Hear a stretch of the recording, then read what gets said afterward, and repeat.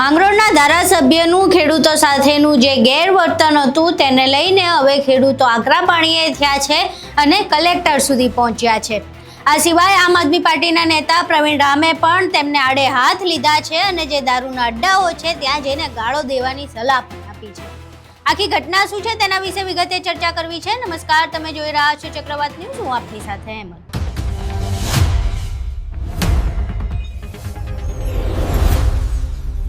જામવાડી ગામની એક ઘટના સામે આવી હતી જ્યાં ખેડૂતોએ પોતાની સુવિધા માટે પોતાના ખર્ચે એક પુલ બંધાયો હતો। નાનો અમથો પુલિયો હતો જ્યાંથી અવરજવર કરી શકાય।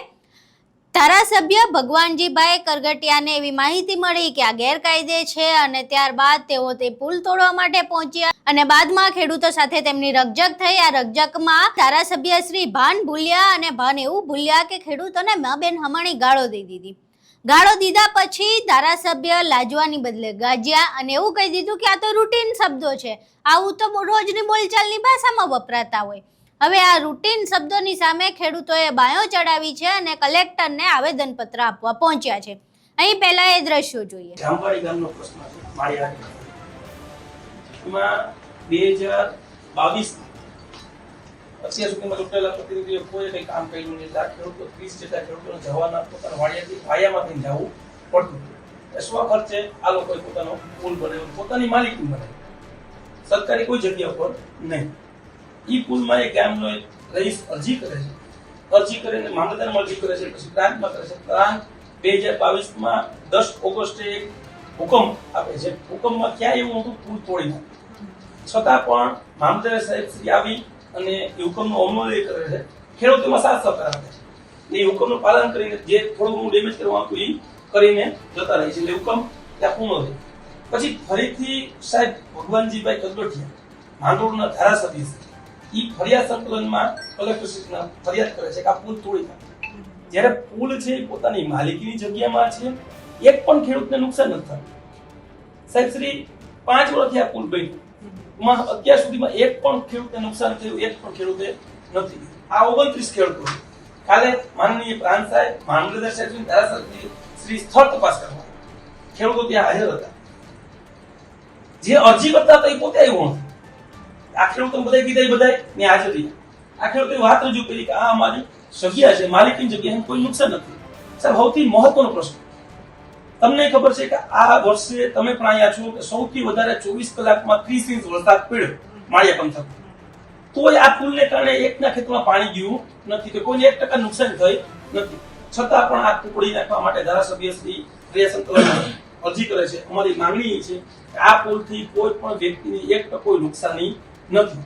આજે આ ખેડૂતો બધા ઈ પણ સ્વીકાર તૈયાર છે કે અમે કહેતા હોય તો અમને સોગંદનામું કરી દઈએ કે આ પુલને કારણે કોઈને નુકસાની ભવિષ્યમાં પણ થાય તો અમે સોગંદનામું કરી દેવા માટે તૈયાર છીએ। અથવા અરજી કરતા જે છે એક પ્રૂફ આપે કે આ લોકોને આ પુલને કારણે કોઈને આ નુકસાન થયું, એક તો પ્રૂફ હોવું જોઈએ ને। હુકમમાં પણ ચોખ્ખું લખ્યું હતું કે તપાસ કરી કોઈને નુકસાન લાગે તો પુલ તોડો શબ્દ નથી લખ્યો, તો યોગ્ય કાર્યવાહી કરવી। તો છતાં પણ એકને એક વાત લઈને બેઠા છે કે આ પુલ તોડ નાખો। સાહેબ આ પુલ તોડ નાખે તો 29 ખેડૂતો જાહેર ક્યાંથી ને? એક જ રસ્તો છે। એટલે સાહેબ વિનંતી છે કે આમાં જે આ તમે દેવા આવ્યા છે કે પુલ ન દેવા માટે વાંધાળથી રજૂ કરવા આવ્યા છે, બરાબર છે? જાવી જાય નહીં, ઈ લાંગણી નદી છે જ નહીં, અહીંયા ઓપરો છે, એક જ મિનિટ આપજો। કામ થાય ને એવું બતાવે કે આ મારું નામ કાસમ યુસુફ દલ જામવાડી, જુનાગઢ જિલ્લો માળિયાહાટીના।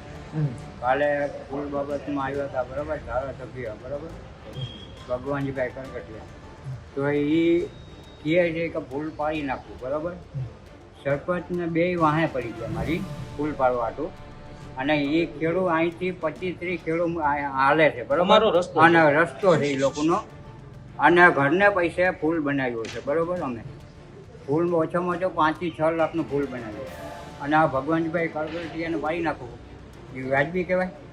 એને બદલાવી દેવાનું ત્યાં રહ્યો, અને આ ખેડૂતને નુકસાન નથી થતું કોઈને બીજાને, બરાબર। બધા જેટલા ખેડૂત છે બધા મારી સાથમાં છે, એ કહે છે કોઈને નુકસાન થયું અમે ભોગવું હોય તૈયાર થઈ।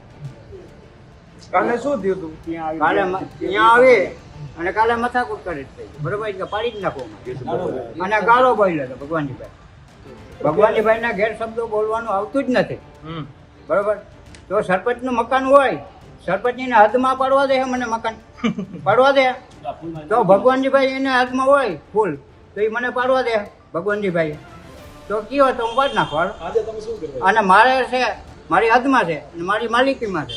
તો એ ભગવાનજીભાઈ ફૂલ પાડવા આવ્યા, બરોબર. તો હું આજે અહીંયા અરજી દેવા આવ્યો જુનાગઢ, આયોજન પત્ર દેવા આવ્યો હું આજે કલેક્ટરશ્રીમાં. અહીં તમે દ્રશ્યો જોયા જેમાં ખેડૂતો કલેક્ટરને આ ધારાસભ્યના રૂટીન શબ્દોને લઈને આવેદનપત્ર આપવા પહોંચ્યા છે. હવે આ જે રૂટીન શબ્દો ધારાસભ્ય વાપરે છે, કદાચ એમની મા બેન સામે અને દીકરી સામે પણ વાપરતા હશે, એવા શબ્દોને લઈને આમ આદમી પાર્ટીના નેતા પ્રવીણ રામની પ્રતિક્રિયા સામે આવી છે.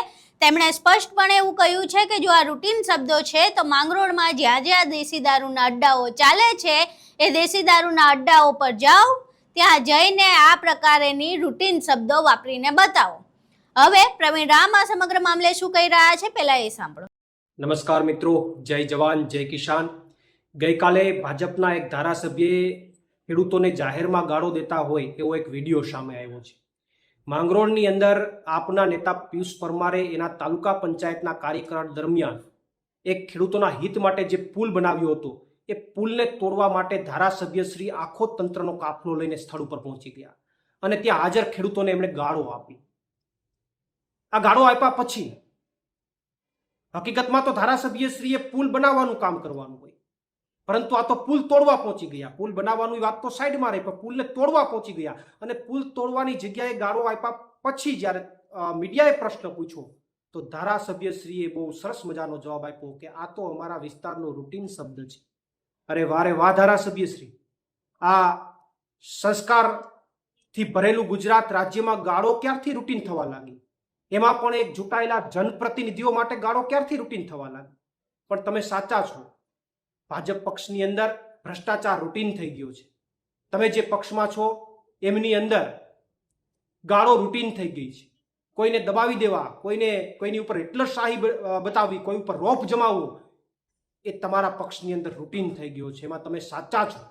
પણ મારે ધારાસભ્યશ્રીને સીધા બે સવાલો છે, એમની સાથે બે સીધી મારી માગણી છે કે જો ગાળો તમારા માટે રૂટીન હોય તો તમારા વિસ્તારમાં દારૂના અડ્ડા ખુલ્લે આમ ચાલે છે ત્યારે ત્યાં તમે કઈ તારીખે અને કેટલા વાગે તંત્રને લઈને રૂટીન ગાળો બોલવા જશો?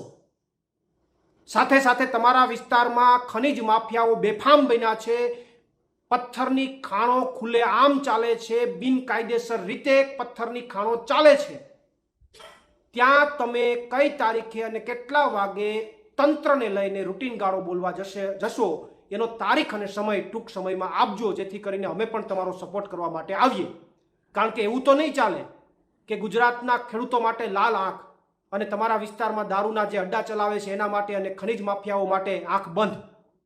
આવી નીતિ તો નહીં ચાલે.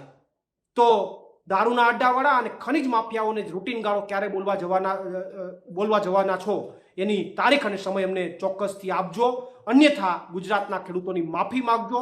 બાકી આવનારા સમયમાં અને આવનારી ચૂંટણીમાં તમને જડબાતોડ જવાબ ગુજરાતના ખેડૂતો આપશે. આભાર.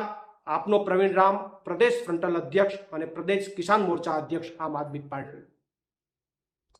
અહીં તમે જોયું કે કેવી રીતે ખેડૂતોએ કલેક્ટરને આવેદનપત્ર આપ્યું છે. આ સિવાય પ્રવીણ રામે ધારાસભ્યને સીધી ચેલેન્જ આપી દીધી છે.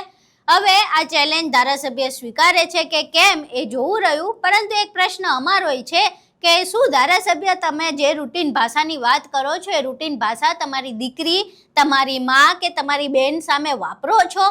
જો વાપરો છો તો આ વાત જરા અમારા ધ્યાન પર પણ મૂકજો કે તમે આ જ પ્રકારેની રૂટીન ભાષા તમારી મા, બેન અને દીકરી સામે પણ વાપરો છો કે કેમ? પ્રવીણ રામની ચેલેન્જ હવે તેઓ સ્વીકારે છે કે કેમ, અને કલેક્ટર આ મામલે શું કરે છે એ જોવું રહ્યું. જો કલેક્ટર આ મામલે કંઈ નહીં કરે તો ખેડૂતો હવે આગળ શું કરે છે એ પણ મહત્વની બાબત છે. આખી ઘટના તમે જોઈ. આ ઘટના વિશે તમારું શું માનવું છે? ધારાસભ્ય ભગવાનજીભાઈ વિશે તમારું શું માનવું છે? એમના જે રૂટીન શબ્દો છે એના વિશે તમારું શું માનવું છે? તમારા મંતવ્યો અમને કોમેન્ટ બોક્સમાં જરૂર જણાવજો. વિડીયો પસંદ આવ્યો હોય તો વિડીયોને લાઇક કરજો, શેર કરજો અને અમારી ચેનલને સબસ્ક્રાઇબ કરવાનું ભૂલશો નહીં. નમસ્કાર.